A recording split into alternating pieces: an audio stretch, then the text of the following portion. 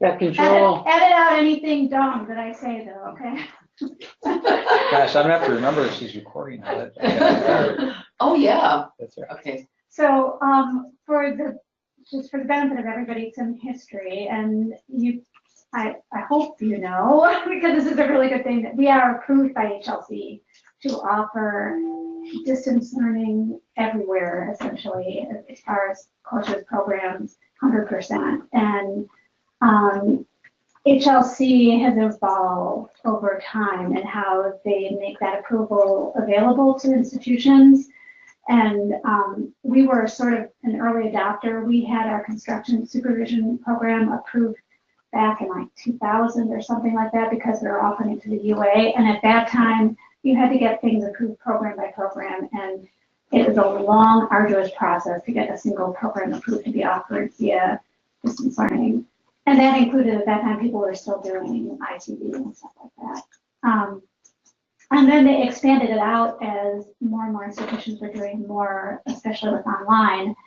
And we got on this bandwagon very quickly, because at that point, this office had really stepped it up. Jim will remember this very clearly, because we worked really hard on this.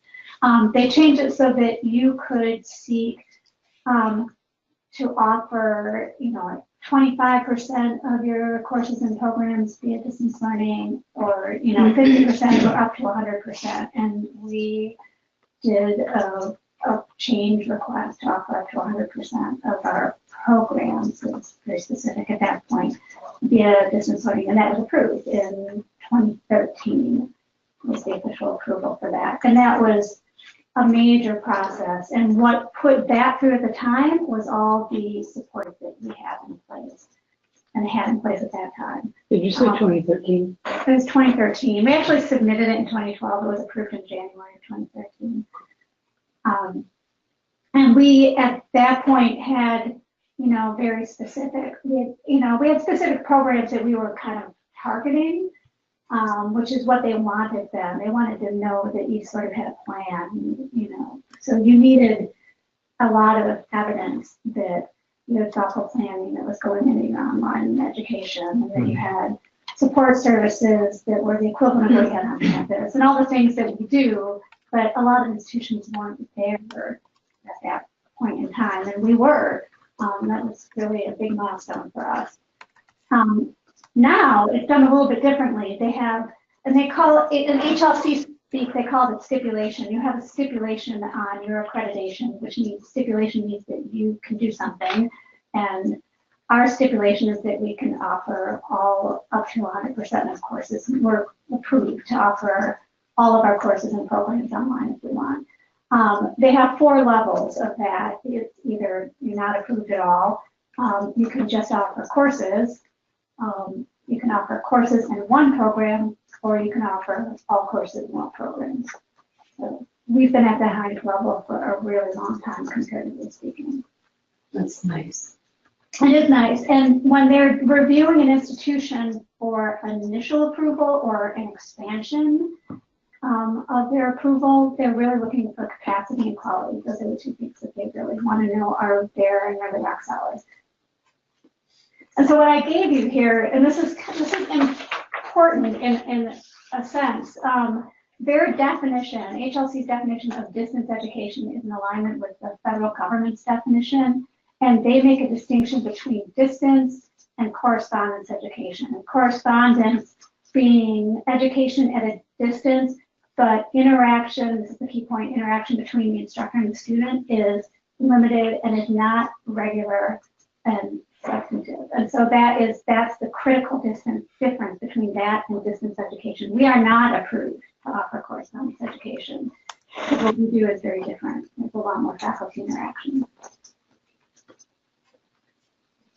And these are HLC. I'm curious, under this definition, would the course in a box or whatever? That's a really great question. If we had stuck with that model, yeah. That would be a correspondence education. Right. Yeah. Right. Yeah. And there are still institutions that do a lot of that, that kind of education. So it's not that it's a bad thing. It's just that's not what we're doing. And it's good to know the differences. And you could be, if you want to be approved for correspondence education, it's the same 4 levels, and you go through the same process. So if we ever wanted to do that, we'd have to seek approval. So how often do we need to review this? Once we're qualified, Once you're qualified, you're good. But what will happen next is we've got every 10 years, they do a comprehensive review. We had our last institutional, not just business learning, the colleges, HSC, reaffirmation of accreditation. Our last one was in 2009, and our next one is in March of 2020. Oh, okay. And as part of that review, they will look very closely at what we're doing with online, and they'll look at curriculum, they'll look at staffing, they'll look at support services, they'll look at access to things like labs and library services. Yeah. It's part of the whole. It is one part of it, and It's a lot of those wraparound services that really. yeah, and so one of the things that they use to evaluate are the CRAP guidelines, which I don't know if you're all familiar with these because I know Pete is. And these were developed by all the regional accreditors quite a few years ago, and they've been updated since. And these are best practices for distance education. And HLC uses that when they evaluate distance education. And they're also important to another piece of education, which is state authorization. We're authorized to offer distance education to students in just about every state in the country, except for California. Really? Well, we can. We're kind of exempt. So there's a national, it's called the SARA agreement, State Authorization Reciprocity Agreement, that we are participants in. And if you are a participant, your state has to participate, and then the institution has to participate, which we do in Michigan. Then you can offer it to any other SARA member state. So once we joined that, it opened up all those other member states and institutions, which is now expanded to include every state in California. But we have individually followed up with California so that we're okay to offer in that state.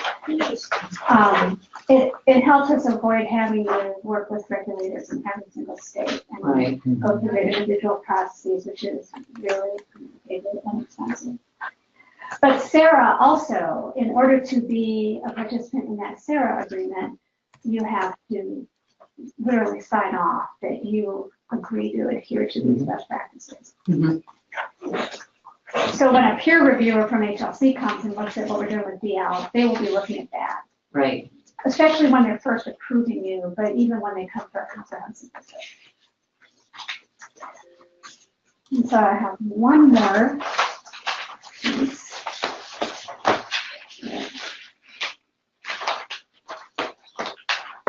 I should go around. I need a copy here.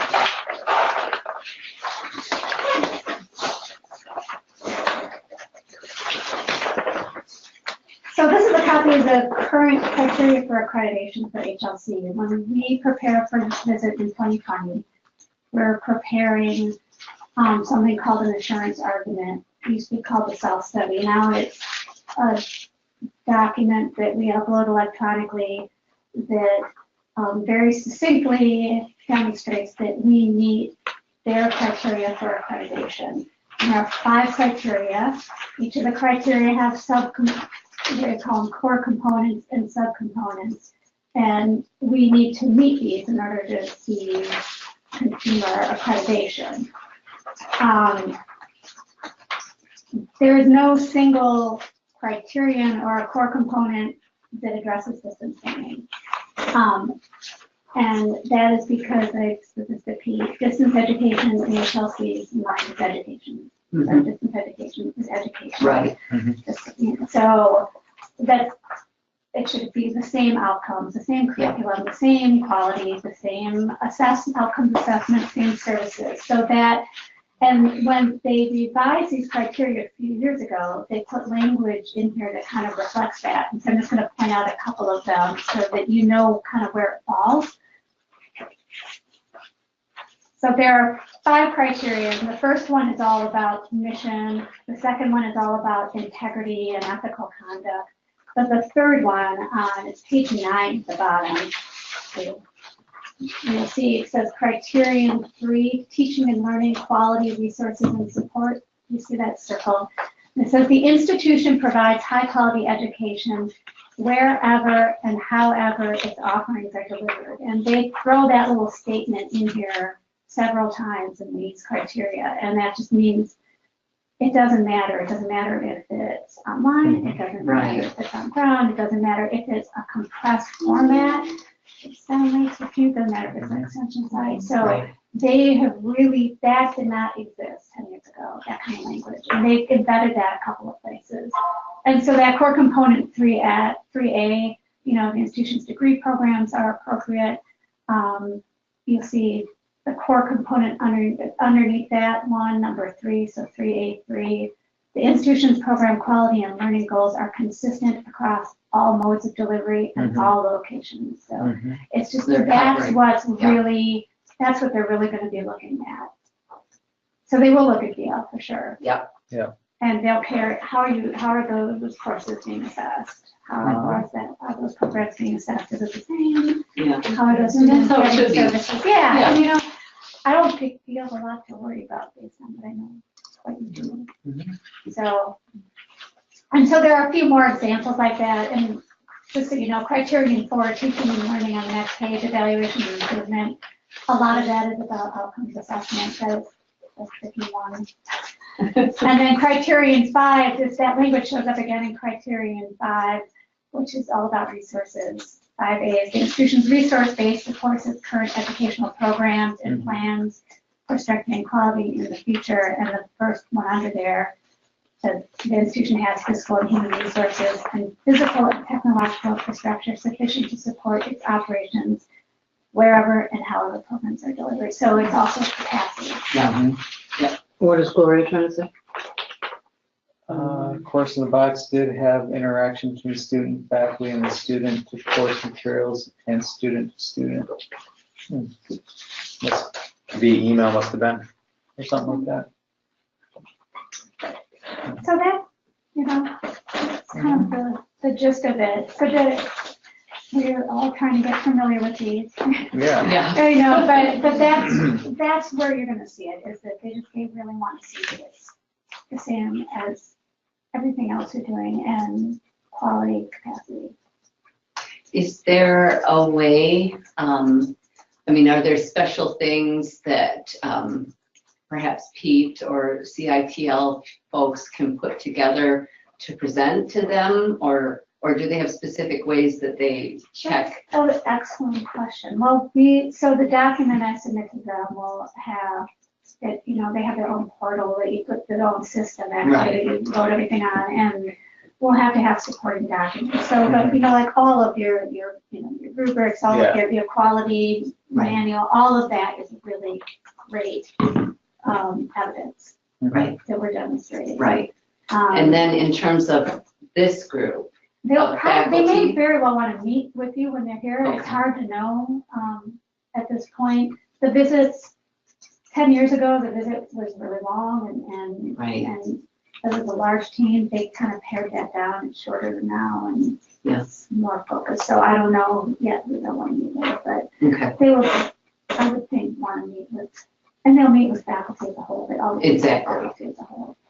Are there any other institutions locally that, or throughout the state, that have kind of been through this process, and so we can talk to my counterparts, whatever, and so forth at those institutions? Yeah, I mean, because we all go through it, Right. but not everybody goes through this the same way, because there are 2 kind of pathways for reaffirmation. So I know, Oakland is going through it like a year ahead of us, which you see, but their DL is not where ours is. So they were not approved. I don't know if they got approved, but. Well, I know that they were approved, because I was talking to Oakland, because they were ramping up, they said, to specifically compete with us, but they're going after programs. What they basically said is that they were gonna not reboot, they're gonna start brand new programs, so they had certain programs that were denied, And they wanted to basically say, okay, we're gonna leave those over here, not touch them for now. We're gonna go over here into new and ones. try do new programs.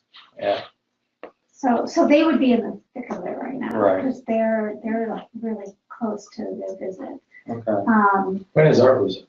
March of 2020. March, okay. Yeah.